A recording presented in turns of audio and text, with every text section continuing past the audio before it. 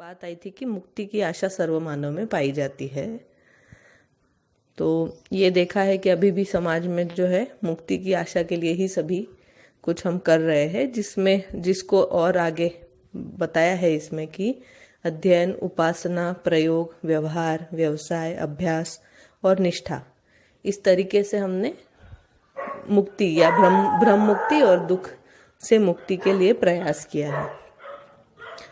तो और इसकी जो है आगे हर एक की हमने उसको थोड़ा डिटेल में देखा कि उसका अर्थ क्या है। अध्ययन बोलने से क्या होता है, अध्ययन में हम इकाई की गठन, प्रक्रिया, आचरण, उसका प्रयोजन, ये सब स्पष्ट हो जाता है। और उसी को वही उपासना भी है जिसको हम कह रहे हैं कि अध्यापक के सानिध्य में जो हम समझदारी को उसको पाते हैं स्वत्व स्वतंत्रता अधिकार के रूप में। और फिर प्रयोग जो है उसको देखा कि ये जो उत्पादन के उपयोगी साधनों की जो पहचान है या अलग अलग उसका जो टेक्निक है उसको हम प्रयोग करते हैं और उसका विपुलीकरण जब होता है उसी को उत्पादन के रूप में पहचाना। और फिर कहा कि अभ्यास जो है जो व्यवहार अभ्यास, कर्माभ्यास और विचार अभ्यास के रूप में है, जो प्रमाणित कैसे होता है, ये करने से हमको कुशलता, निपुणता और पांडित्य के रूप में प्रमाणित होता है। फिर निष्ठा जो है वो है कि न्याय, धर्म, सत्य के प्रकाश में और किसके अर्थ में, तो मानव लक्ष्य के अर्थ में अध्ययन करते हैं।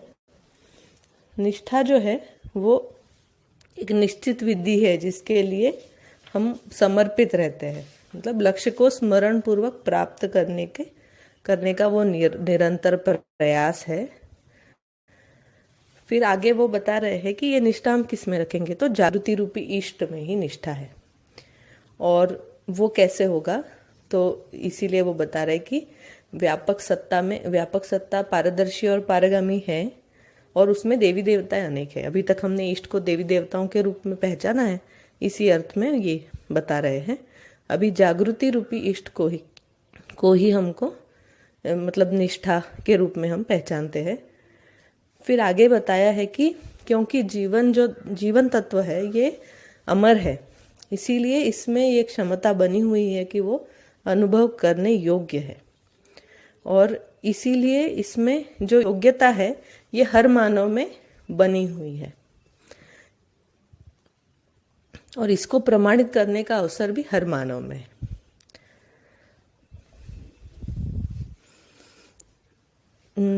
आगे जो है उसमें ऐसा बता रहे हैं कि असंग्रह, मतलब ये सब करने के लिए जो आधार है उसका असंग्रह जो है उसका आधार है। हम असंग्रह से निर्बीज प्रवृत्ति का प्रसव है। निर्बीज के बारे में अभी थोड़ा सा बता देते हैं। तो एक सवाल भी था, बलराज जी का सवाल था ये कि निर्बीज प्रवृत्ति की व्याख्या करें। तो जैसा यहाँ पे कहा गया है कि निर्बीज प्रवृत्ति का प्रसव है ना, तो जब हम निर्बीज प्रवृत्ति कह रहे हैं तो उसमें क्या कह रहे हैं? निर्बीज प्रवृत्ति जैसे पीछे भी रेफरेंस आया कि दर्शन दृश्य दृष्टा में कि जो ऐषणा मुक्ति के बाद ही निर्बीज प्रवृत्ति का प्रसव है ना। यानी ऐषणाएं जब हम देखते हैं तो उसको हमने पुत्तेषणा, वित्तेषणा और लोकेषणा के रूप में देखा है। तो इन तीनों ऐषणाओं को भी जब देखने जाते हैं तो ये समझ में आता है, तो जो जैसे हमने बहुत सामान्य रूप में समझा है कि वित्तेषणा यानी धन बल कामना, पुत्रेषणा यानी जन बल कामना, और जब हम कह रहे हैं लोकेषणा यानी यश बल कामना। पर इसको और जब फाइन या बारीक देखने जाते हैं तो समझ में आता है कि धन बल कामना तो है पर वो किसके लिए है ना। हमको धन चाहिए पर किसके लिए, तो वो फिर समझ में आता है कि वो सदुपयोग के अर्थ में जो न्याय दृष्टि पूर्वक धन बल कामना है वही वित्तेषणा है ना। तो जब हम देखते हैं मानव पद में आते हैं ना, तो चार विषयों से जैसे भ्रमित मानव की हमने एक व्याख्या देखी कि भ्रमित मानव का जो स्वभाव है ना, उसका जो विषय है यानी विषयों में आसक्त रहना है ना, जिसको हम भ्रमित मानव के रूप में कहते हैं। यानी कि जो चार विषय है आहार, निद्रा, भय, मैथुन, उसमें ग्रस्त रहता है, उसी को हमने भ्रमित मानव की परिभाषा के रूप में परिभाषित किया है। तो इस विषय से मुक्ति के बाद मानव में जब ऐषणाएं रहती है, तीन ऐषणा, तो वो किस रूप में काम करती है। तो जो ऐषणाएं रहती है, जब हम मानव पद की बात करते हैं तो उसमें वो वित्तेषणा यानी धन बल कामना रहती है ना, तो वो रहती है सदुपयोग के अर्थ में, यानी कि हमको धन बल की आवश्यकता है पर सदुपयोग के अर्थ में, है ना। जब पुत्रेषणा की बात करते हैं तो उसमें जनबल कामना है, पर वो किसके लिए है। तो जो जनबल कामना है वो परिवार एवं समाज व्यवस्था के अर्थ में, है ना। ऐसा नहीं कि हमारा वंश वृद्धि हो जाए और, है ना, हमारा जो है वो एक तरह से बड़ा परिवार हो जाए। उसको अगर ध्यान से देखेंगे तो परिवार और समाज व्यवस्था यानी कि जो 10 सोपानी व्यवस्था है, अखंड समाज सार्वभौम व्यवस्था के अर्थ में हमें जो जनबल कामना है उसको पुत्रेषणा की संज्ञा है ना। अब उसके बाद में आता है लोकेषणा। तो जब लोकेषणा की बात है तो यशबल कामना, पर किसके अर्थ में यशबल कामना, तो उसको हम देखते हैं तो अखंड समाज व्यवस्था के अर्थ में न्याय धर्म दृष्टिपूर्वक। पुत्रेषणा में जब हम देखते हैं या वित्तेषणा में तब न्याय दृष्टि काम करती है। जब हम लोकेषणा में देखने जाते हैं तो समझ में आता है कि वहां न्याय धर्म दृष्टिपूर्वक अखंड समाज व्यवस्था के अर्थ में यश बल कामना, है ना। तो ऐसा नहीं है कि हमारा नाम हो जाए, जिसको हम आज बहुत आम तौर पर देखते हैं कि मेरा नाम हो जाए ना, लोग मुझे जानने लगे, उस अर्थ में नहीं है। यहाँ पे लोकेषणा इस अर्थ में है कि अखंड समाज में व्यवस्था के अर्थ में जो न्याय धर्म सत्य न्याय धर्म दृष्टिपूर्वक, है ना, यश बल जो मिल जाए, है ना, उसके लिए लोकेषणा है। वैसे ही पुत्रेषणा जो है परिवार और समाज व्यवस्था के अर्थ में जनबल कामना है। तो यहाँ पे जो प्रयोजन है वो तीनों ऐषणाओं में जुड़ा हुआ लगता है कि धन भी है तो सदुपयोग के अर्थ में। तो ये प्रवृत्तियां मानव में पाई जाती है। क्यों पाई जाती है, क्योंकि अगर समाधान समृद्धि को प्रमाणित करना है तो धन बल भी चाहिए, है ना। उसको अगर आगे हम परंपरा में या पीढ़ी दर पीढ़ी में उसको समृद्ध और बनाना है तो जनबल कामना भी आवश्यक है ना। उसके साथ साथ अगर इसको हम शिक्षा संविधान आचरण व्यवस्था में स्थापित करना चाहते हैं तो यश बल भी आवश्यक है। इसीलिए ऐषणाएं मानव पद में हमको समझ में आती है कि मानव पद में ऐषणाएं किस तरह काम करती है। पर अगर हम फिर बाद में दिव्य मानव की जब बात करते हैं तो ये मानव, देव मानव और दिव्य मानव तीनों में अगर देखने जाते हैं तो श्रेष्ठता का ही वरीयता क्रम समझ में आता है। जैसे मानव जीव चेतना यानी जीव चेतना से मानव चेतना श्रेष्ठ है ना, तो उसमें ऐषणाएं रहती है। फिर मानव चेतना से देव चेतना श्रेष्ठतम, है ना, या श्रेष्ठतर है, तो उसमें समझ में आता है कि उसमें सिर्फ लोकेषणा रहती है ना, यानी कि सिर्फ अखंड समाज के अर्थ में जो व्यवस्था है उसके अर्थ में यश बल कामना रहती है। उसमें धन बल कामना क्योंकि उसमें समाधान समृद्धि प्रमाणित हो जाता है ना, तो उसके आगे का जो क्रम है ना वो समझ में आता है। तो उसमें पुत्रेषणा और वित्तेषणा से आगे रहते हुए लोकेषणा की कामना रहती है। और जब हम दिव्य मानव की बात करते हैं जिसको निर्बीजन या निर्बीज प्रवृत्ति के रूप में देखा गया है, उसमें तीनों ऐषणा से मुक्त, है ना। क्यों ऐसा कहा गया, क्योंकि उसमें तीनों ऐषणा यानी कि धन की पूर्ति भी हो गई होती है, जनबल कामना भी पूरी हो गई है, तो प्रमाण पर्याप्त रूप में यश बल कामना भी उसमें पूरी हो गई होती है। इसलिए फिर उसके बाद क्या बचता है, तो सिर्फ उपकार बचता है उसमें, सिर्फ और सिर्फ उपकार होता है। और उपकार को अगर देखने जाए तो उपकार क्या है, तो जो सीखा हुआ है उसको सिखाना, जो किया हुआ है उसको कराना, है ना, और जो समझा हुआ है उसको समझाना, इसी को उपकार कहा है ना। तो ये जो उपकार प्रवृत्ति है उसका उदय निर्बीज प्रवृत्ति का उदय है ना। इसीलिए निर्बीज प्रवृत्ति को दिव्य मानव या दिव्य पद में ही कहा गया है। तो ये निर्बीज प्रवृत्ति का जो थोड़ा विस्तार था या विश्लेषण था, जो बलराज जी का जो सवाल था उसका ये जवाब है। और फिर आगे हम क्रम शुरू करेंगे और जैसे सवाल है वो क्रम में जहाँ पे भी आते हैं वहाँ उत्तरित कर देंगे, और जो क्रम से अलग है उसको अध्याय के समापन के बाद उसको उत्तरित कर देंगे। और अगर आपको कोई और सवाल है तो बीच में भी लिख सकते हो, उसको भी पढ़ के अभी हम जवाब दे देंगे।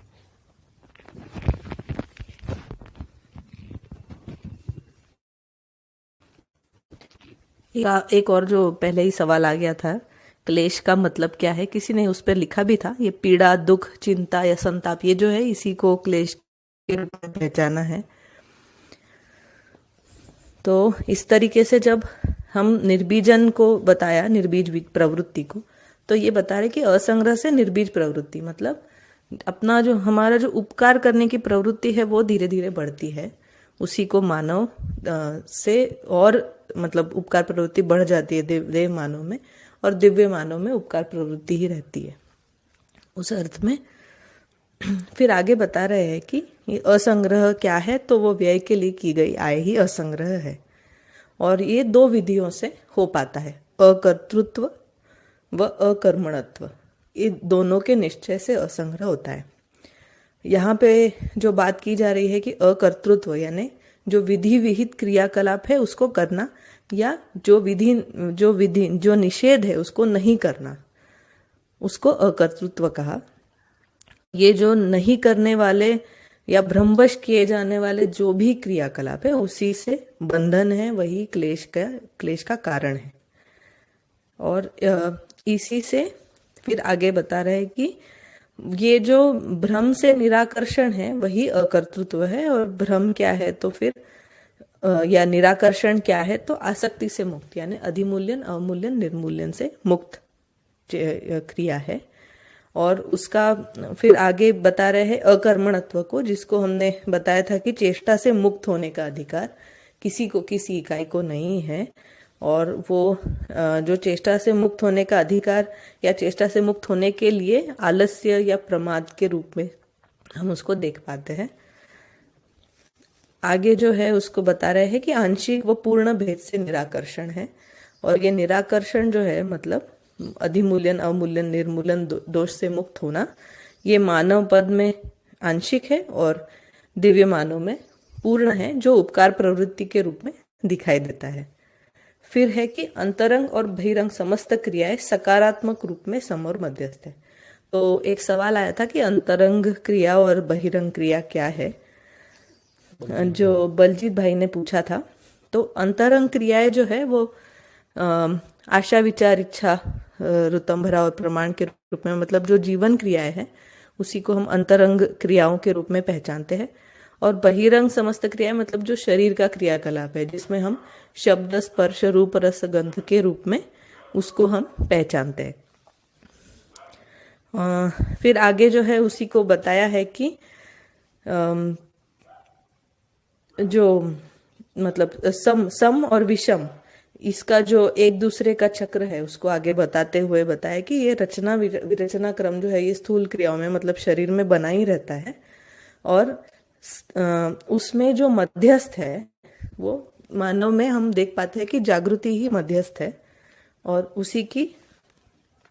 इसी को जोड़ते हुए फिर बता रहे कि हर परमाणु में मध्यस्थ क्रिया है। मध्यस्थ क्रिया को किस तरीके से हम पहचानते हैं तो सम विषम के आक्रमणों को मध्यस्थीकरण कर पाने के रूप में, जो हम ऐसा देख पाते हैं कि सत्ता ही स्थिति है, और सत्ता में संपृक्त होने की वजह से मध्यांश में हम मध्यस्थ क्रिया को देख पाते हैं।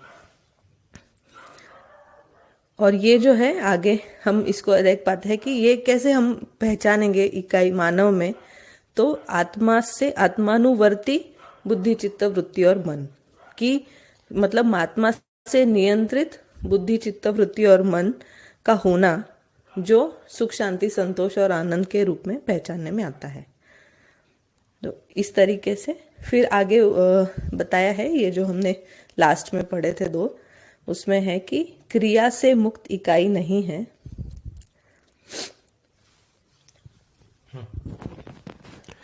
तो जो आखिरी 2 अनुभूति हमने देखी थी, है ना, तो उसमें हमने ये पढ़ा था कि क्रिया से मुक्त इकाई नहीं है। तो जब हम बोल रहे क्रिया से मुक्त इकाई नहीं है तो उसमें समझ में आता है कि हर क्रिया, यानी कि अगर हम अस्तित्व में देखेंगे तो 3 ही प्रकार की क्रिया हमको समझ में आती है।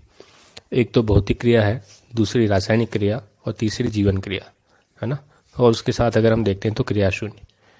तो 2 ही वास्तविकता हमको समझ में आती है, क्रिया शून्य है और क्रिया है ना। तो उसके अलग अलग भेद है, भौतिक क्रिया, रासायनिक क्रिया और जीवन क्रिया। तो क्रिया से मुक्त इकाई नहीं है ना। उसी को जब हम आगे उन्होंने पढ़ा तो समझ में आता है कि सम, विषम एवं मध्यस्थ क्रिया का होना पाया जाता है ना। तो उसमें भी जब बता रहे हैं तो जब परमाणु में हम देखते हैं तो सम क्रिया है, विषम क्रिया है, मध्यस्थ क्रिया है, यानी जो मध्यांश है उसी को मध्यस्थ क्रिया का है ना। उसको मध्यस्थ क्रिया क्यों कहा है, अगर हम समझ में जाते हैं तो जो जैसे पूरे वाङ्मय में ये उल्लेख आता है कि सभी अंश समान है ना।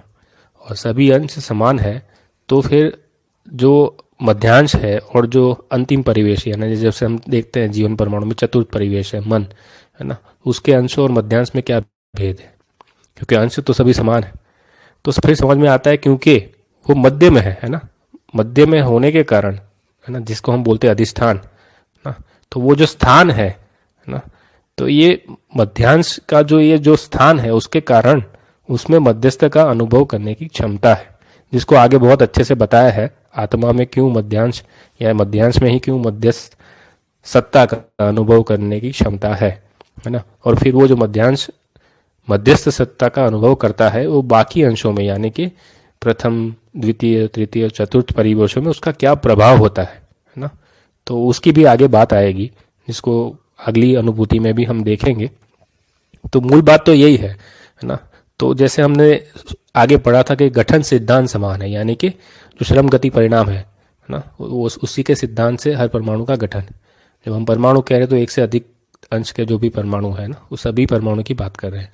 और उसमें जो मध्य में है वो मध्यांश है, और जो उसके परिवेशी अंश है उसमें सम और विषम क्रियाएं देखने को मिलती है, समझने में आती है। और जो मध्यांश है यानी जो मध्यस्थ क्रिया है वो सम विषम क्रियाओं का नियंत्रण करती है, यानी कि मध्यस्थ क्रिया में ये क्षमता है कि उसमें सम विषम नियंत्रित होते हैं। उसी की बात उन्होंने मानव में भी की है। वो कैसे होते हैं, आत्मा जो है वो मन वृत्ति चित्त बुद्धि को कैसे आत्मानुवर्ती होने से वो नियंत्रित रहते हैं, उसमें व्यवहार कैसे नियंत्रित रहता है, उसमें विचार कैसे नियंत्रित रहता है। तो उसके आगे की जो अनुभूति है ना, उसको हम पढ़ते हैं कि इकाई हो और निष्क्रिय हो ऐसी कोई संभावना नहीं है। यानी इकाई है मतलब वो क्रियाशील है, क्योंकि इकाई क्रियाशील है तभी तो वो इकाई है, वरना वो इकाई नहीं तो वो क्रियाशून्य है, जिसको हम व्यापक के रूप में देखते हैं, है ना। तो जब इकाई कहते हैं तो वो क्रियाशील है ही। तो उसकी भी हमने आगे बात कर ली। तो अभी तक हमने इतना समझा था। हाँ, एक प्रश्न वो बता रहे हैं ऐसा है, ठीक है। तो इसी को जब हम आगे देखते हैं तो समझ में आता है ये जो अनुभूति लिखी है कि मानव में व्यवहारिक मध्यस्थता न्याय से, वैचारिक मध्यस्थता समाधान अर्थात धर्म से, तथा अनुभव की मध्यस्थता ज्ञान से है ना। तो जैसे हमने मानव को जब समझना शुरू किया तो हम समझते हैं कि मानव में 4 आयाम है ना, जिसको हमने अनुभव, विचार, व्यवहार और व्यवसाय या प्रयोग, व्यवसाय को प्रयोग भी कहा है। तो ये चारों आयामों में हमने मानव को समझने का प्रयास किया है ना। तो जब इस चारों आयामों की बात करते हैं तो उसमें जब बता रहे हैं कि जो व्यवहार आयाम है ना, वो कैसे नियंत्रित है। जब व्यवहार जो आयाम है वो न्याय से नियंत्रित है ना, तो उसकी जो व्यवहारिक मध्यस्थता है वो न्याय से। वैचारिक मध्यस्थता है, विचार की जो मध्यस्थता है वो धर्म से अर्थात समाधान से, यानी कि जो जिसको हम कहते हैं कि क्यों और कैसे का उत्तर हो जाना, यही समाधान है। या आवश्यक ये जो नियम है ना, उसकी समझ हो जाना कोई भी घटना का, वही समाधान है। और अनुभव जो है उसकी मध्यस्थता ज्ञान से है ना। तो ज्ञान से है का अर्थ क्या है, तो जो अनुभव है ना, जिसको हमने आत्मा में एक अनुभव की क्रिया के रूप में भी देखा है, जब वो ज्ञान में संपृक्त होने से यानी कि सहअस्तित्व में अनुभूत होता है ना, तो उसी समय जो अनुभव की मध्यस्थता है वो ज्ञान से हो जाती है ना। यही बात वो कह रहे हैं। तो ये बात है। और आगे इन्हीं 3 को वापस उन्होंने ज़्यादा स्पष्ट किया है कि समस्त व्यवहार नियम से नियंत्रित है ना। जब उन्होंने आगे बोला कि व्यवहार की मध्यस्थता न्याय से है, तो न्याय फिर यहाँ नियम क्यों कह रहे हैं, तो उसका अर्थ यही है कि जो मानव के व्यवहार के लिए जो आवश्यकीय नियम है उसी को न्याय की संज्ञा है ना। तो जो आवश्यकीय नियम है उससे ही समस्त व्यवहार नियंत्रित होता है ना। दूसरा यहाँ पे बोल रहे हैं कि नियम मानव के आचरण के रूप में प्रमाण ना। तो जो मानव का आचरण है ना, उसके रूप में उसका प्रमाण हमको समझ में आता है। जब विचार की बात करें तो विचार मात्र समाधान से नियंत्रित है, जो जागृति का प्रमाण है ना। जब हम कहते हैं कि जो विचार है यानी जो हमारा एक तरह से दूसरे आयाम में हमको देखने को मिलता है कि जो हमारा विचार जो होता है पूरा, जो विश्लेषण पूर्वक है ना और तुलन पूर्वक संपूर्ण होता है, उस विचार को अगर हम समझने जाते हैं तो समाधान से नियंत्रित है ना। समाधान से नियंत्रित है यानी कि हमको हर घटना का नियम और हर घटना में क्यों और कैसे का उत्तर पता हो जाना, उससे वो नियंत्रित रहता है, उससे विचार हमारा नियंत्रित है। नहीं तो हमारा विचार अनियंत्रित होता है। ये हम देख पाते हैं हमारे अंदर भी। हमको जब ये चीज़ें हम जैसे आम अगर हम बात करें तो जैसे हमारा विचार कुछ करने के लिए दौड़ता है, और अगर उसमें हमें स्पष्टता नहीं है तो वो अनियंत्रित हो जाता है ना। और जब अगर उसमें पूरी घटना का या नियम का या जिस विधि से वो घटने वाला है उसकी संपूर्ण समझ अगर हमारे पास है यानी कि समाधान है, तो हमारा विचार नियंत्रित रहता है ना। तो ये जागृति का प्रमाण है। तो अभी जो विचार जो नियंत्रित रहता है उसकी जो निरंतरता है वो सिर्फ जागृति पूर्वक ही हो सकती है। अभी तो नियंत्रित रहता है नहीं रहता है ये भी देखने को मिलता है। हाँ। फिर तीसरी जो बात कर रहे हैं कि अनुभव मात्र व्यापकता में जो शून्य है, यानी व्यापक ही शून्य है, उसकी बात कर रहे हैं। तो ये तीनों जो विचार, व्यवहार और अनुभव है, ये जो मध्यस्थता है ना, यानी कि जो मध्यस्थ सत्ता में जीवन जो है वो डूबा भीगा गिरा है, उसके कारण नियंत्रित रहता है। उसको अलग अलग स्तर पे हम देख सकते हैं कि जो व्यवहार की मध्यस्थता है वो न्याय से है, विचार की मध्यस्थता समाधान से है, और अनुभव की मध्यस्थता ज्ञान से है। इसी बात को उन्होंने इन तीनों अनुभूतियों, चारों अनुभूतियों में समझाया है। आगे आगे की अनुभूति है, अतः यह सिद्ध होता है कि शून्य ही ज्ञान, ज्ञान ही व्यापक तथा व्यापक ही ज्ञान है। सह अस्तित्व में अनुभव ही ज्ञान सहज प्रमाण है। जो ज्ञान अर्थात व्यापक में अनंत इकाइयां संपृक्त होने की समझ ही है, व्यापक में अनंत प्रकृति की अविभाज्यता ही सह अस्तित्व है। तो ये जो अनुभव की बात हुई, जो व्यापकता में अनुभव होने से क्या समझ में आता है, तो ये समझ में आता है कि जो शून्य है, जो व्यापक है, वही ज्ञान है, और वही जो है अनुभव में समझ में आता है। अनुभव में ये समझ में आता है कि ये जो ज्ञान है उसी में सभी अनंत जो इकाइयां है वो संपृक्त है, डूबा है, भीगा है और घिरा है। इसी अर्थ में ये समझ हमको समझ में आती है, और ये समझ में आता है कि ये अविभाज्य है। व्यापक में अनंत प्रकृति अविभाज्य है, उसको हम अलग अलग नहीं कर सकते हैं। हम व्यापक और प्रकृति का अलग से अध्ययन नहीं कर सकते, उसको हम सअस्तित्व के रूप में ही अध्ययन कर पाते हैं। इसी को पहले अध्याय में भी हमने देखा ही था, इसके बारे में कि शून्य ही ज्ञान कैसे है और व्यापक ही ज्ञान कैसे है। इसकी अनुभूतियां पहले अध्याय में आई है, जिस पे बात हो चुकी थी पहले, राकेश भैया ने रखा था। उसके बाद है, जागृत मानव में न्यायपूर्ण व्यवहार तथा समाधान पूर्ण विचारों को पाया जाता है। तो जागृत होने के बाद, मतलब जो बात हो रही थी कि एक बार अनुभव होने के बाद अनुभूत आत्मा से जागृत मानव में क्या होता है, तो व्यवहार जो है वो न्यायपूर्ण व्यवहार होता है, और विचार समाधान पूर्ण ही होता है। तो इसमें अभी अन्याय और समस्या का कोई भूमिका नहीं रहती इसमें, और इसीलिए ये समझ में आता है कि जागृत मानव का जीना जो है वो क्लेश से मुक्त होता है, हमको समझ में आता है। तो अभी आगे जो पूरा बता रहे क्रम, इसमें वही समझ में आता है कि क्लेश मुक्ति होने से या अनुभव होने से क्या स्थिति जीवन में, क्या स्थिति व्यवहार में, ये आगे पूरा उसको विस्तृत रूप में बताया गया है।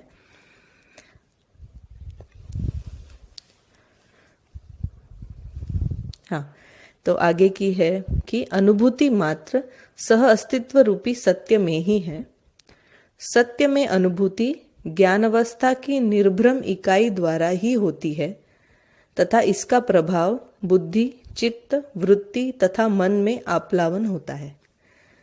तो अभी जो अनुभव की बात ही चल रही, तो अनुभूति किस में होती है, फिर से बता रहे कि सहअस्तित्व रूपी जो सत्य है, मतलब सत्य में अनुभूति है, जिसको हमने बोला कि व्यवहार में न्याय, विचार में समाधान या धर्म, और सत्य में अनुभव, उस अर्थ में। और फिर उसको, वो सत्य क्या है, तो सहअस्तित्व ही है।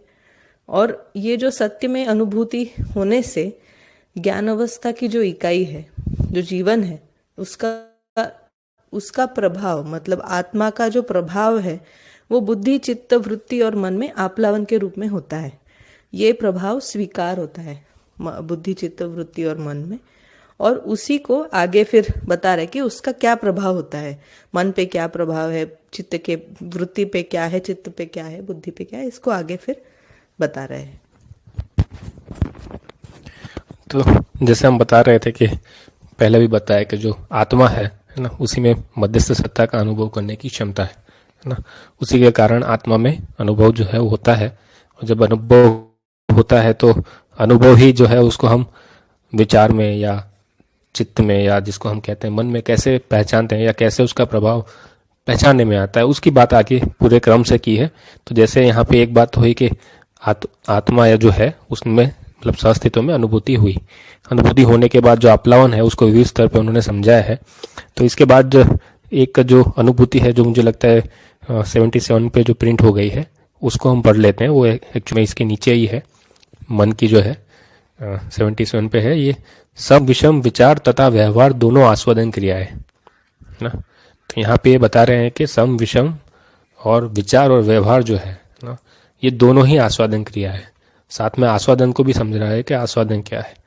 तो आस्वादन में उन्होंने समझाया कि समाधान सहज प्रयोजन के अर्थ में आशा एवं रुचि सहित ग्रहण क्रिया की आस्वादन संज्ञा है ना। तो जब हम कोई भी चीज़ ग्रहण करते हैं तो किस विधि से ग्रहण करते हैं, तो आशा एवं रुचि सहित, क्योंकि उसमें 3 प्रकार के आस्वादन बताए गए हैं ना, रुचि मूलक है, मूल्य मूलक है और लक्ष्य मूलक है।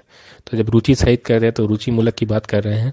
आशा अर्थ में आशा एवं रुचि सहित, तो जो आशा की बात कर रहे हैं उसमें दोनों ही है कि जो लक्ष्य के अर्थ में है, मूल्य मूलक के अर्थ में भी है।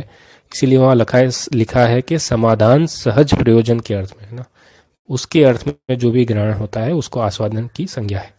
और जो आस्वादन है वो सम विषम विचार और व्यवहार दोनों का ही आस्वादन होता है, ये बात वो कर रहे हैं, दोनों ही आस्वादन क्रिया है। तो इस तरह से मन में जो है हम जो आत्मा में अनुभूति हुई सहअस्तित्व की, उसका प्रभाव मन में इस तरह से हमको समझ में आता है। आगे वृत्ति की बात करने के लिए जो अनुभूति लिखी है उन्होंने कि अनुभव सहज व्यवहारिक मध्यस्थता जो वृत्ति की क्रिया है।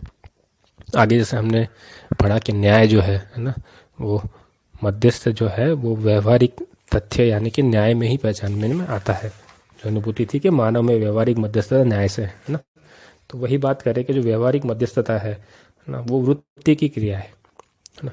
क्यों है? क्योंकि न्याय और समाधान के रूप में वो परिलक्षित होती है। क्योंकि वृत्ति जो है वो विचार वेता यानी कि वृत्ति को एक तरह से मन को रसग्राही कहा है ना, और वृत्ति को जो है वो तत्वग्राही के रूप में कहा गया है। तो उस तरह से वो समझ में आता है कि उसमें जो न्याय और समाधान है उसके रूप में परिलक्षित होता है ना।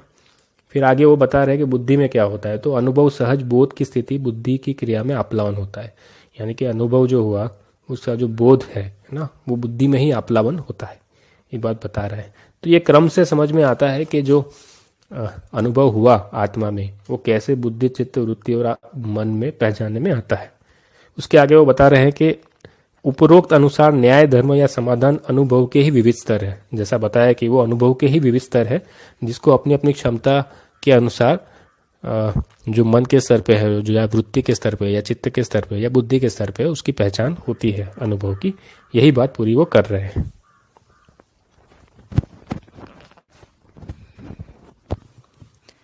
तो आगे बता रहे हैं कि इसलिए व्यवहार में अनुभव तथ्य न्याय है, विचार में अनुभव तथ्य धर्म है और आत्मानुभूत तथ्य सह अस्तित्व है।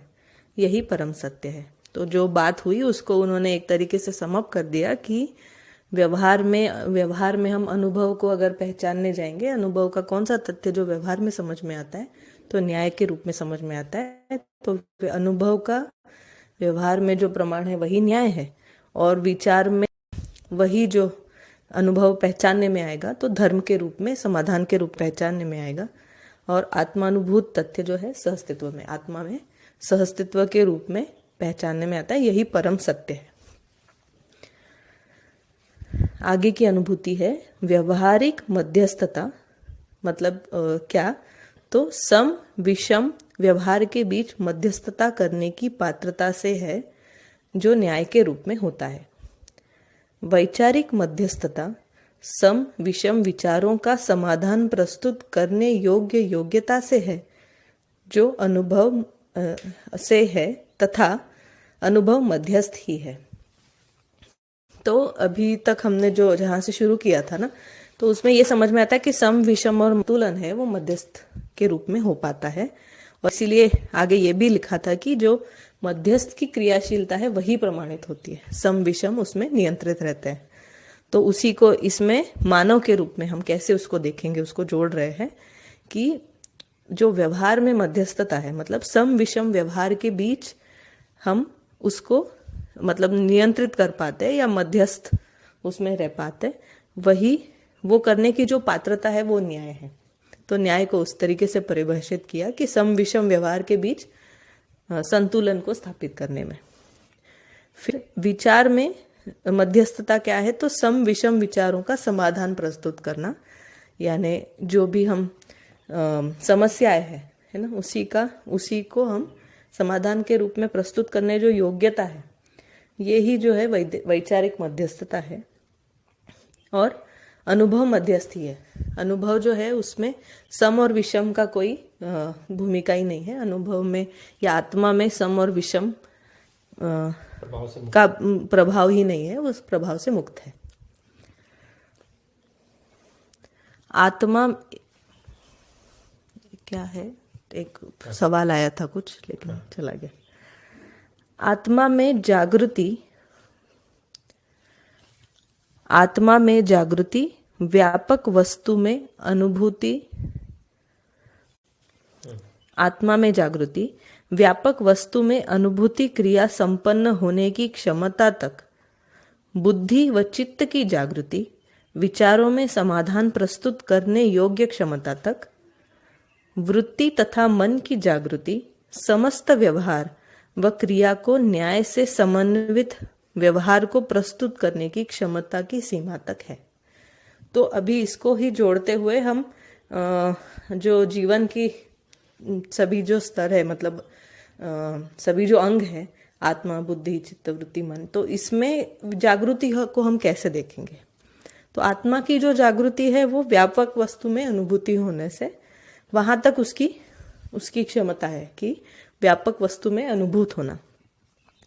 फिर बुद्धि और चित्त की जो जागृति है, तो बुद्धि और चित्त मिलके हम ये समझ पाते हैं कि उनकी जागृति इस विचारों में समाधान प्रस्तुत करने योग्यता से समझ में आती है। वहां तक बुद्धि और चित्त की जागृति है। तो समाधान जो प्रस्तुत हो रहा है वो बुद्धि और चित्त के योगफल में समझ में आता है। और वृत्ति तथा मन की जागृति समस्त व्यवहार व क्रिया को न्याय से समन्वित व्यवहार को प्रस्तुत करने की क्षमता की सीमा तक है। तो जो व्यवहार में न्याय है और क्रिया में न्याय या नियम जिसको हम बोलेंगे, तो व्यवहार और क्रिया को न्याय के अर्थ में जब हम प्रस्तुत करते हैं, ये जो जागृति है ये मन और वृत्ति की जागृति के रूप में हम इसको पहचानते हैं। फिर आगे की ये अनुभूति है, आसक्ति रहित इकाई में अकर्तृत्व ब्रह्म मुक्ति के रूप में होता है। अधिकाधिक उपकार करने के उपरांत भी और करने की स्वीकृति रहती है। तो अभी ये बात हो रही आसक्ति, हमने पहले पढ़ा था आसक्ति क्या है। तो आसक्ति जो है वो अधिमूल्यन, अवमूल्यन और निर्मूल्यन ही है। और उसको हम कह रहे हैं कि ये जो भ्रम से निराकर्षण है वही अकर्तृत्व है। तो इस आसक्ति से या इस दोष से मुक्त होना वही ब्रह्म मुक्ति है। जो हमने शुरुआत की थी पूरे इस अध्याय को, उसमें दो बातें बताई है कि दुख से मुक्ति और भ्रम से मुक्ति। तो उसमें ये बता रहे हैं कि ये आसक्ति, ये जो अयथार्थ दर्शन है, इसको हम यथार्थ दर्शन के रूप में हम पहचान पाते हैं, वही ब्रह्म मुक्ति है, वही अकर्तृत्व है। तो अकर्तृत्व ही ब्रह्म मुक्ति के रूप में होता है। और इसमें क्या दिखता है, तो अधिकाधिक उपकार करने के उपरांत भी और करने की स्वीकृति रहती है। तो इसमें हम जब भी मतलब अकर्तृत्व होने से ये नहीं समझ में आता है कि ये अकर्मणत्व की ओर नहीं जाता है। तो उसको ये हम इस तरीके से देख पाते हैं कि हम और उपकार करने के लिए प्रवृत्त होते हैं और ये अधिक बढ़ते ही जाता है इसका क्रम। और ये जो आसक्ति है यही भ्रम है। तो ये भ्रम तो वही है, अधिमूल्यन, अवमूल्यन और निर्मूल्यन दोष, जो मूल्यांकन में गलती है ना। मूल्यांकन सही नहीं होना, सटीक नहीं होना, जो जैसा है उसको अन्यथा मान लेना, यही सभी आसक्ति है। एक दो सवाल आ रहे हैं, मुझे लगता है हम शेयर करते हैं। हाँ, तो जो सवाल है वो देख लिए हैं।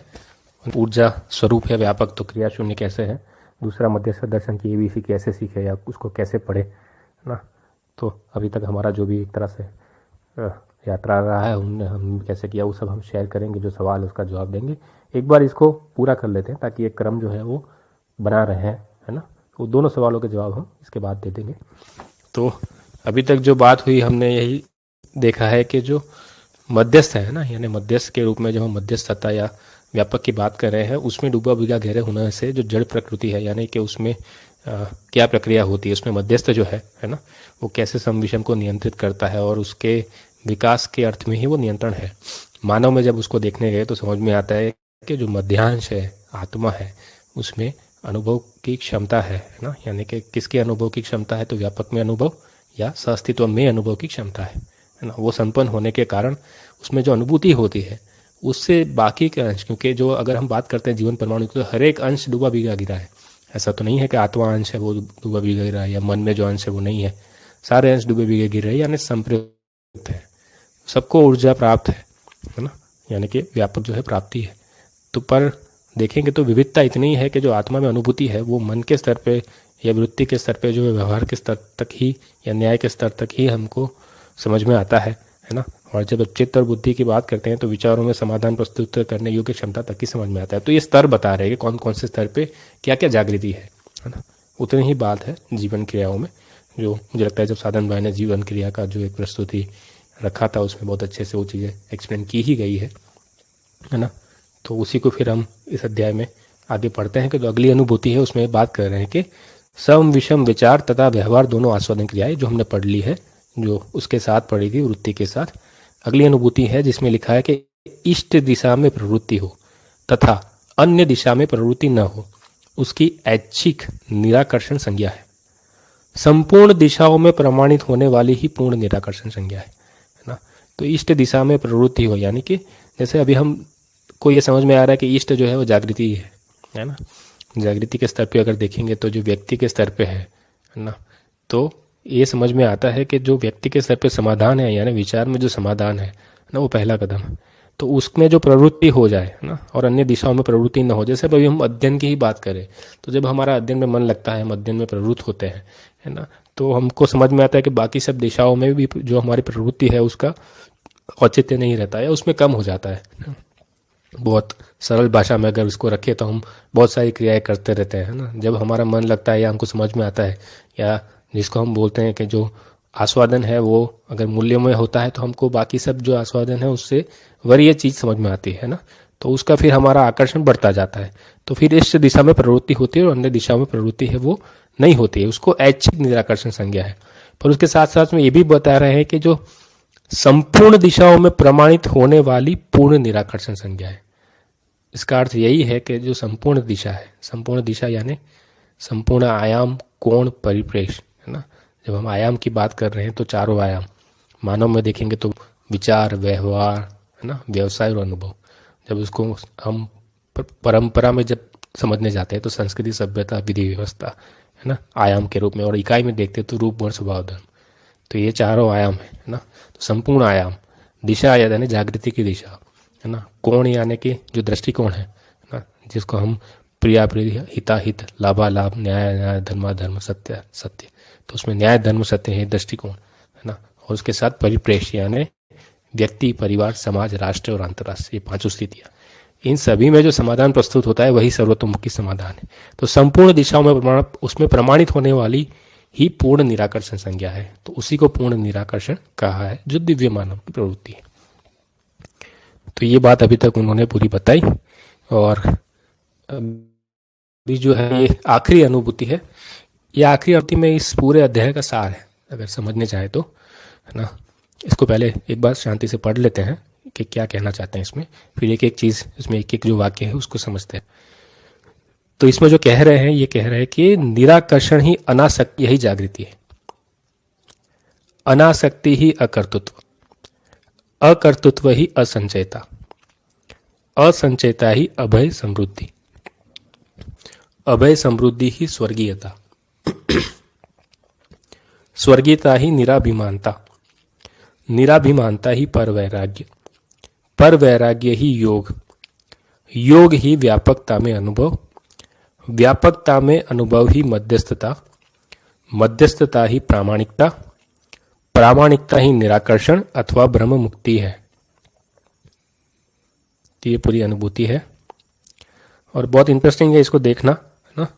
ये पहला जो यहाँ पे बात कहा है, यहाँ पे लिखा है कि निराकर्षण ही अनासक्ति, ना। निराकर्षण की हमने परिभाषा पढ़ी, आगे निराकर्षण किसको कह रहे हैं, है ना। वापिस एक बार स्मरण में लाते हैं कि निराकर्षण अर्थात आसक्ति से मुक्त, अर्थात अधिमूल्यन, अवमूल्यन व निर्मूल्यन से मुक्त होना निराकर्षण। मतलब जो भी एक मूल्यांकन है हमारा, ना, जो जैसा है वैसा ही मूल्यांकन हो जाना, है ना, वही अनासक्ति है ना। आसक्ति से मुक्ति है और यही जागृति है ना। तो ये बात उसमें कह रहे हैं। तो जागृति या क्लेश मुक्ति या ब्रह्म मुक्ति या जिसको कह रहे हैं अनासक्ति या निराकर्षण, उसी की बात यहाँ पे बता रहे हैं कि वो कैसे होगी और क्या है वो।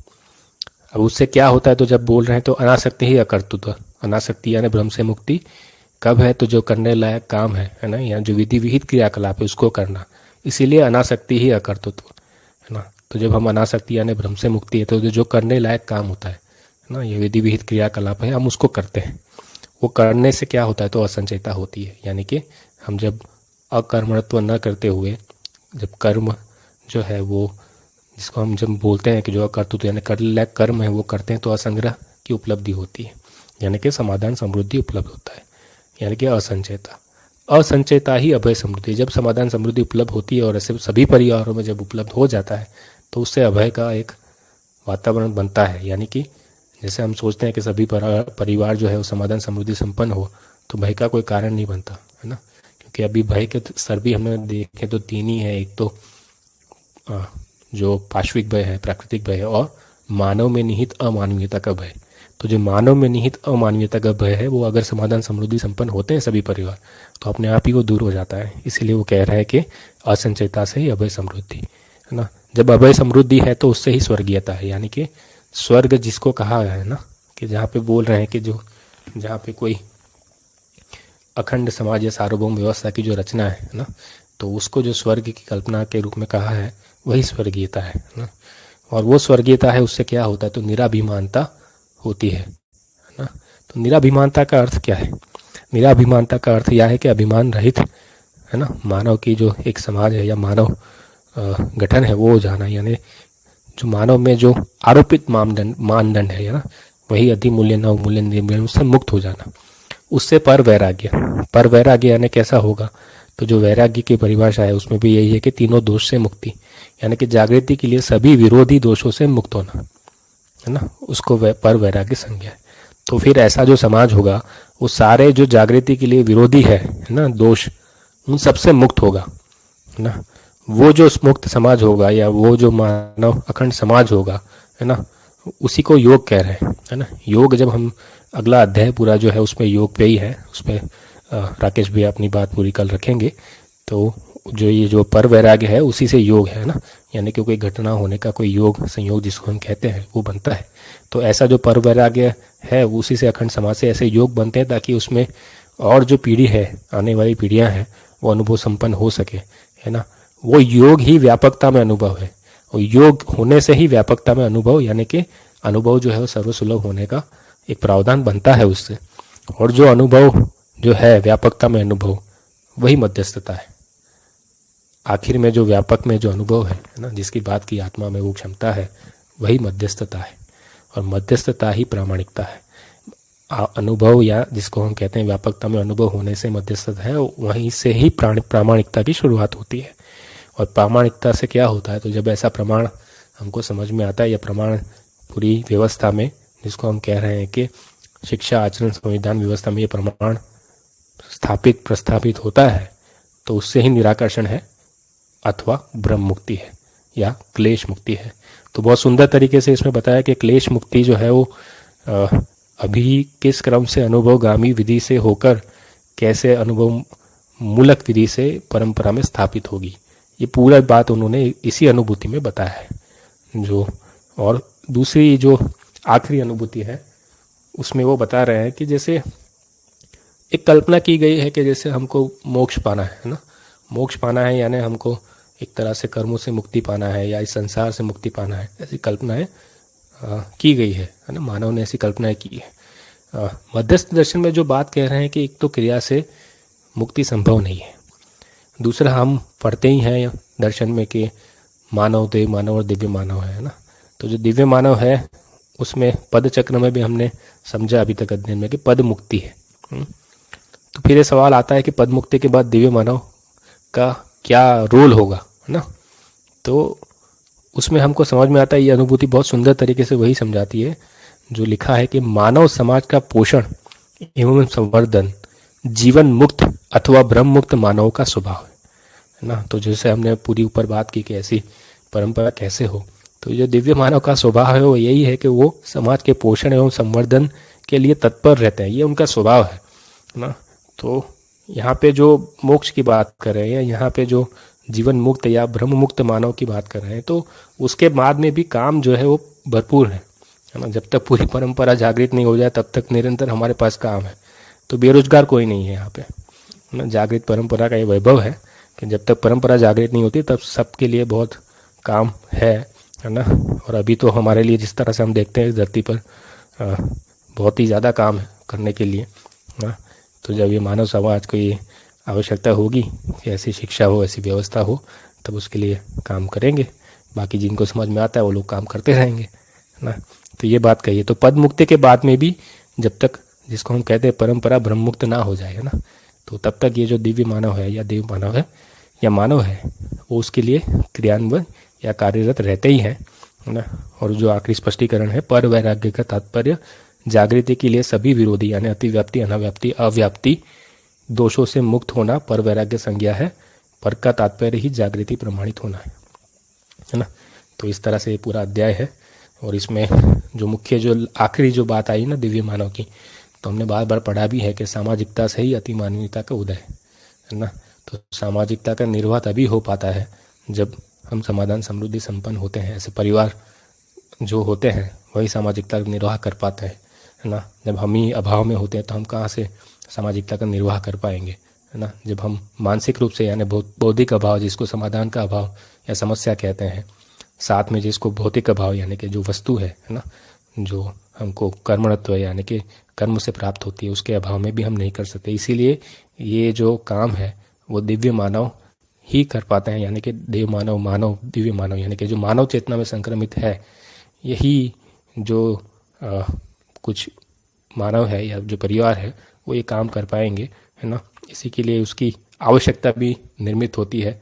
और जब आवश्यकता निर्मित होती है हमारे अंदर तो हम उसके लिए चेष्टा या प्रयास करते हैं।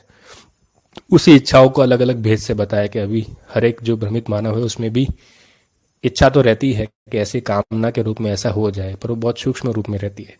जब उसी इच्छा को कोई घटना, योग, संयोगवश कोई भी बात में ये समझ में आता है कि ये मेरे लिए बहुत ही ज़रूरी है, तब वो सूक्ष्म से कारण इच्छा में परिवर्तित होती है।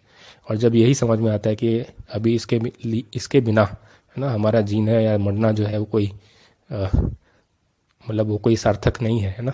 अब तो इसको पाना ही है, ये तीव्र इच्छा है। तो ये तीव्र इच्छा ही है जो हमको अनुभव की ओर या जागृति की ओर गति करने के लिए बल देती है। तो ये तीव्र इच्छा का जिसके पास तीव्र इच्छा नहीं है, जिसकी सूक्ष्म इच्छा है, उसकी कारण इच्छा बन जाना, और जिसकी कारण इच्छा है उसकी तीव्र इच्छा बन जाना, यही अध्ययन की उपादेयता है, ये समझ में आता है। और अगर अध्ययन से ये उपादेयता मानव समाज में या सभी में एक तरह से स्फुरित होती है, तब अध्ययन सफल हुआ ऐसा समझ में आता है ना। तो ये मुझे पूरा एक सार लगा ना। और बाकी आप बताएं। तो बहुत बढ़िया, आपने बहुत अच्छे से रखा लास्ट को सम अप करते हुए। तो एक सवाल था जिसको हमने उस समय में एड्रेस नहीं किया। एक सवाल आया था बलजीत भाई का ही कि विकास क्रम भेद को समझाए, जो उसकी अनुभूति है उसको, या जो स्पष्टीकरण उसमें आया है उसमें एक बार पढ़ लेती हूँ। रूप गुण परिवर्तनशील है जबकि तत्व शाश्वतवादी है, क्योंकि तत्व चारों अवस्थाओं में पाया जाता है। सभी बृहद इकाइयों के गठन का मूल तत्व परमाणु है। सभी तत्वों के परमाणु का गठन सिद्धांत समान है। परमाणु का गठन भी मध्यांश तथा आश्रित अंशों से है। परमाणु में समाहित अंशों की सक्रियता एवं विकास क्रम भेद से ही है। तो ये जो बात हो रही है, जो लास्ट सेंटेंस आया है कि परमाणु में समाहित अंशों की सक्रियता और एवं विकासक्रम भेद से सभी अवस्थाएं है। तो उसमें जो उस समय बात हो रही थी कोश गठन की, तो उसको पहले हमने पढ़ा था अध्याय 4 में, उसको मैं फिर से थोड़ा जोड़ देती हूँ कि जड़ परमाणुओं में जो है पदार्थ अवस्था में सभी अंतिम परिवेशीय अंश जो है वो सक्रिय रहते हैं। अंतिम परिवेशीय अंश ही श्रम पूर्वक सक्रिय रहते हैं और अग्रेषण क्रिया में रत है।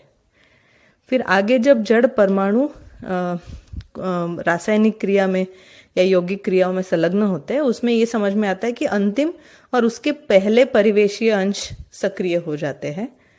तो दो परिवेश जो है वो सक्रिय हो जाते हैं, वही प्राण अवस्था के रूप में अग्रेषित होते हैं। फिर जीव अवस्था की जो शरीर रचना है वो भी प्राण कोशा से ही रचित है, इसलिए उसमें भी यही समझ में आता है शरीर के रूप में, जीव शरीर भी और मानव शरीर भी।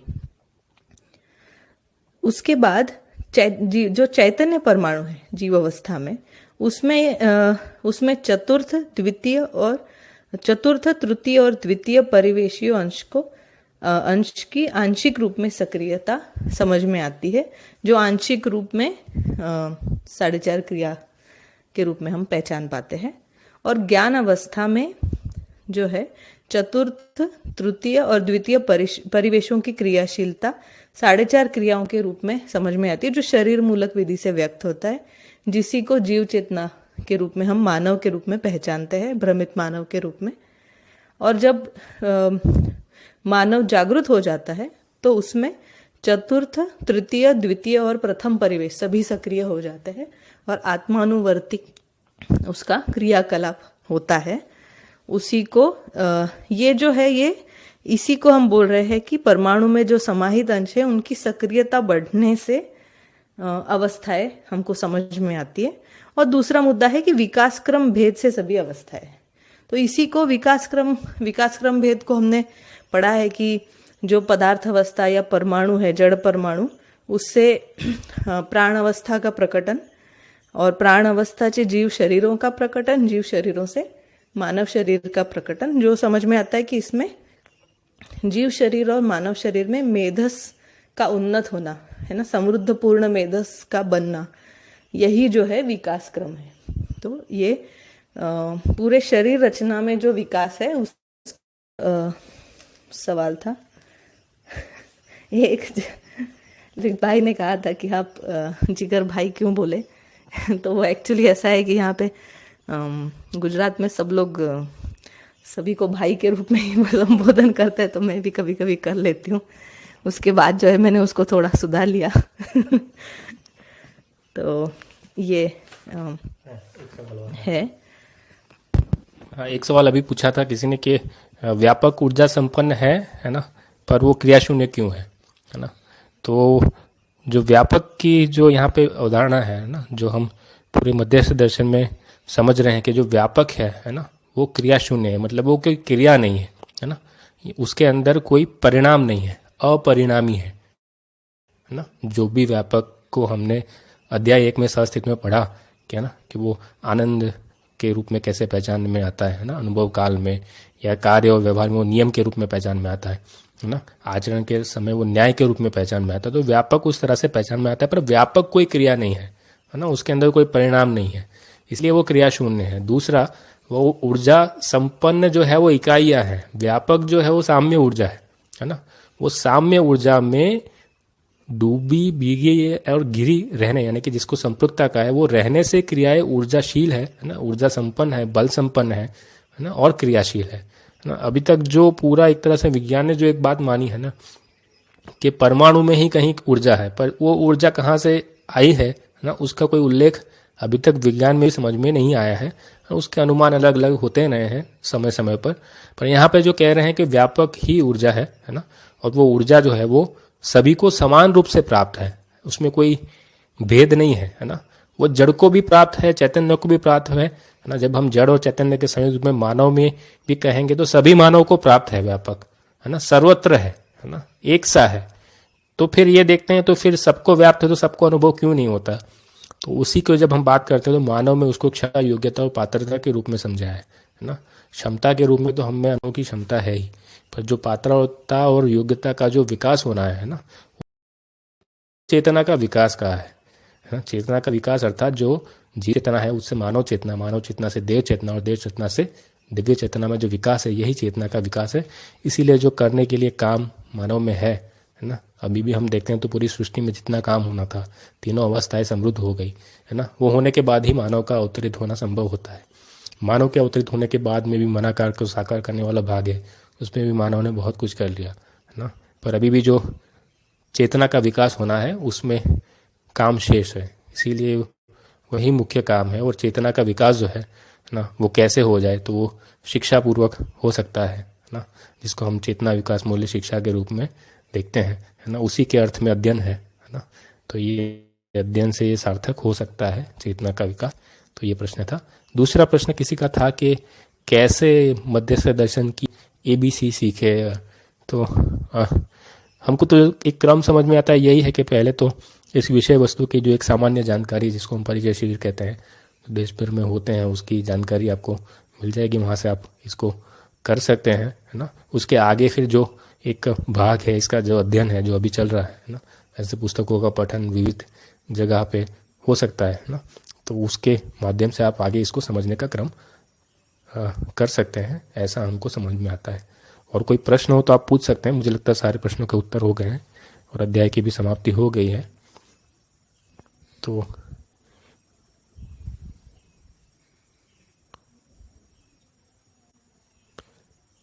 ठीक है, मुझे लगता है कोई प्रश्न नहीं आ रहा है, तो यहीं पर हम इसको रोक देते हैं। आप सभी का बहुत बहुत धन्यवाद ना। ये प्रस्तुति के कारण से हमको भी बहुत सारे चीज़ों में ध्यान गया ना, क्योंकि जब प्रस्तुत करना होता है तो वापस ध्यान जाता ही है कि कोई कोई चीज़ जो छूट जाती है उसको एक और कैसे अच्छे से प्रस्तुत कर पाए, ताकि जो भी हम सब लोग मिले हैं वो जागृति क्रम में कैसे आगे बढ़ पाए। तो ये हमारे लिए तो बहुत सार्थक प्रयास रहा। हमारी प्रस्तुति में कोई त्रुटि हो सकती है, क्योंकि हमारी स्थिति भी एक अध्ययनार्थी के रूप में है ना। जितना हम समझते हैं, सोचते हैं, विश्लेषण करते हैं, उतना हम बता पाते हैं। तो कहीं भी कोई त्रुटि हो तो हमारा ध्यान आकर्षण जरूर कराइएगा, ताकि हम आगे उसको और सुधार सके और समझने में जो साथ में चलने का प्रयास है, और हम अच्छे से साथ में इसको समझने का प्रयास शुरू कर सके। और इसमें सभी लोगों ने जो जो लोगों का इसमें योगदान है, राकेश भैया, अजय भैया, इन सबों ने जो ये एक संभव हुआ, जो एक दूरश्रवण दूरदर्शन दूरगमन के माध्यम से, तो ये प्रयास बहुत सराहनीय है ना। और इससे उपलब्धि हो ही रही है काफ़ी लोगों को घर बैठे बैठे। तो उन सभी का धन्यवाद है ना। और आगे अगर और अवसर मिला तो आगे बात करेंगे। तो सभी का धन्यवाद। आप कुछ कहना तो जोड़ दीजिए। सभी को धन्यवाद। जैसे अभी जिगर बताया वैसे ही मुझे भी ऐसा लगा कि इसी दौरान बहुत सारी चीज़ों में मतलब ये उपकारी रहा हमारे लिए कि हम ही उसको फिर से ठीक से पढ़ पाए, फिर से बहुत सारे मुद्दों पे ध्यान गया, और ये उपकार ही है इस सब का हमारे ऊपर। ये प्रस्तुति से जैसे कुछ उसमें हो सकता है कि और ऊपर नीचे हो, हम समझने के प्रयास में है, तो आप सभी लोग उसको जांच ही सकते हैं, हमें भी उसको बता सकते हैं ऐसा कुछ है तो। और कल का जो अध्याय है योग, उसको उसके बारे में कल राकेश भैया उसको रखेंगे सुबह 9:30 बजे। और सभी को बहुत बहुत धन्यवाद। इस सभी मतलब पूरे प्रयास के लिए भी बहुत बहुत धन्यवाद। एक अच्छे अवसर के रूप में हम सभी इसमें कुछ सार्थक कर पाए, यही सबसे बड़ी बात है। एक सूत्र याद आता है जो बाबा जी ने लिखा है, बहुत ही कमाल का है वो जो लिखा है ना उसमें उन्होंने, कि विचार से परिस्थिति बनती है और सही विचार से परिस्थिति अनुकूल हो जाती है। तो मुझे लगता है कि हम जब कोई विचार करते हैं ना कुछ चीज़ें अच्छे करने का, तो उससे परिस्थितियाँ बन जाती है ना, और उससे सही परिस्थिति का भी निर्माण हो ही जाता है। तो ये सार्थक होता हुआ दिखता है ना। सभी को पुनः धन्यवाद। नमस्कार। नमस्कार। बात आई थी कि मुक्ति की आशा सर्वमानव में पाई जाती है।